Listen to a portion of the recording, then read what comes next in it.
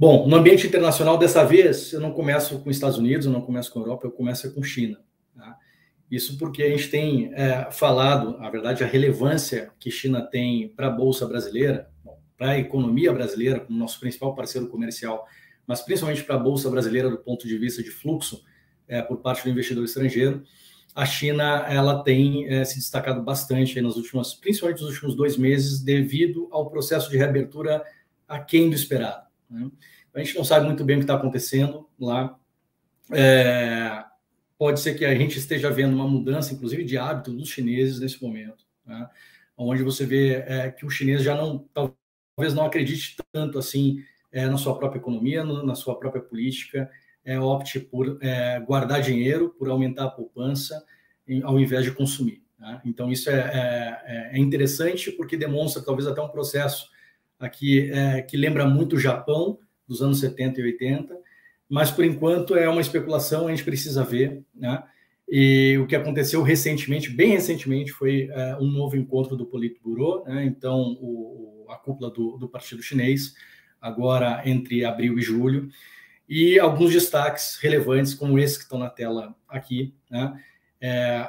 O que pode ser visto aqui em vermelho, é onde estão os maiores destaques de julho em relação a abril, em que o próprio partido avaliou a economia já antes positiva, agora mais cautelosa, ou seja, o partido político está preocupado com a economia chinesa, sabendo que não vai conseguir entregar, provavelmente, aquilo que foi projetado pelos economistas aí de diferentes bancos do mundo inteiro. Né? Um outro ponto importante aqui recai muito para a economia brasileira, que está relacionado intimamente aqui à cadeia do aço, né, principalmente pelo minério, que é um dos principais itens da nossa pauta exportadora, foi a mudança aqui da frase que tinha em abril: casas não são para morar, aliás, casas são para morar, não para especular, né? Então, em inglês, housing is for living, not for speculation. O que eles mudaram? Ajustaram a política agora baseada na situação de demanda e oferta local, ou seja, o partido político deu a entender que está disposto a ajudar os estados, os municípios, inclusive no que precisar em relação a subsídio ou financiamentos, para voltar a investir no mercado imobiliário. Né? Isso é muito importante para a nossa economia, justamente pela questão do minério, uma vez que housing, né, então o mercado imobiliário chinês, ele é muito importante no consumo do aço, e que o minério faz parte como matéria-prima. Né? Então, esse ponto em específico a gente precisa continuar acompanhando. Né? Os textos que a gente lê, as conversas que nós temos com cientistas lá da China, com consultores chineses, ainda demonstra uma certa complexidade, tem uma certa confusão até do que tem saído a respeito da economia e da política chinesa. Tá?